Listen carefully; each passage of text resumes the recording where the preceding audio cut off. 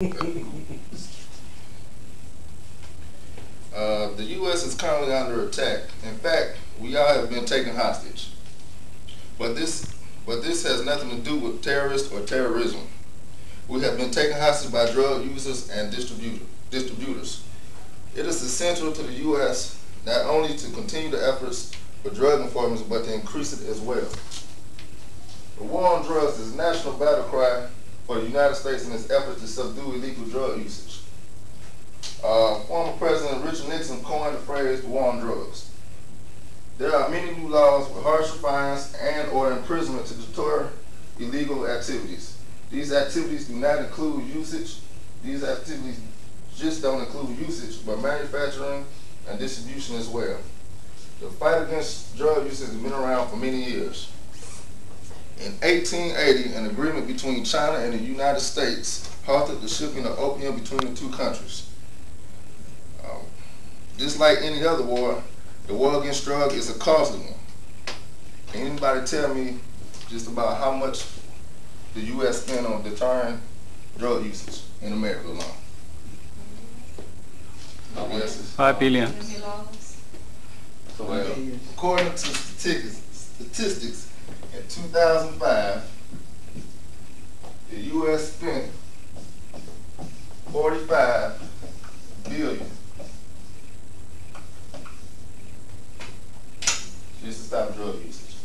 And as y'all very well, it's still not over. Still going. And that's just in 2005. Can you imagine? A couple of houses for me. Financially, the cost in 2005 is $45 billion, like I said. This includes salaries, drug rehab, incarceration, and other costs that are significant to fight drug usage. Society as a whole suffers as well. Drug populated areas stand out like a sore thumb.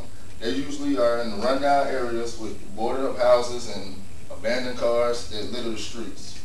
The CEW, Community Epidemiology Work Group, has compiled information on current and future drug trends. These trends represent 21 major U.S. metropolitan areas, which are Atlanta, Baltimore, Boston, Chicago, Denver, Detroit, Honolulu, Los Angeles, Miami, St. Paul, Newark, New York, Philadelphia, Phoenix, and St. Louis, just to name a few. In 2002, crack cocaine proved to be a factor in the majority of these focus areas.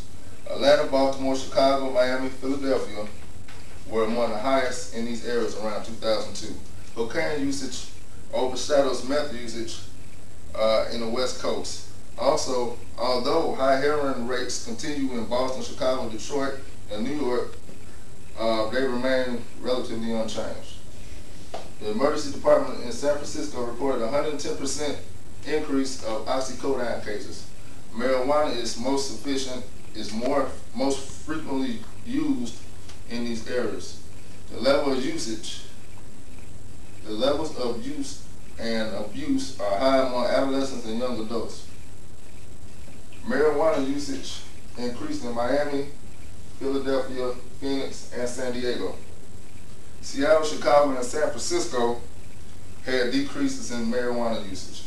Marijuana usage accounts for almost half of the emergency department's caseloads in at least 12 of the focused areas in 2002. Minneapolis, St. Paul, Miami, Colorado, New Orleans were among the highest reported. Both male and female adults have tested positive, have had more positive test results in 2002 than in recent years. The Community Epidemiology Work Group reports that meth is continuing to spread. Meth is even breaking the geographical barrier. High levels of meth can be found in Hawaii, West Coast, and southwestern areas. High level of methamphetamine, meth labs are popping up everywhere across the United States. Most times, children are found in homes that produce meth. Ecstasy continues to be a party drug. High emergency department cases have been reported in Atlanta, New York, Los Angeles, Miami, Philadelphia, and San Francisco.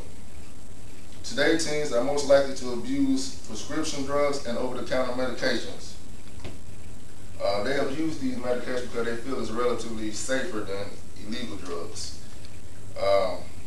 roughly 4.5 million teens use prescription meds to get high. This is because they are relatively easy to get. They get them out to their parents' medicine cabinets and they think it's no big deal. In conclusion, it is absolutely imperative that the efforts to combat drug usage and distribution continues. Can the war on drugs be won? I seriously doubt it. We may not be able to eradicate drug usage, but enforcement tactics have been proven to reduce them.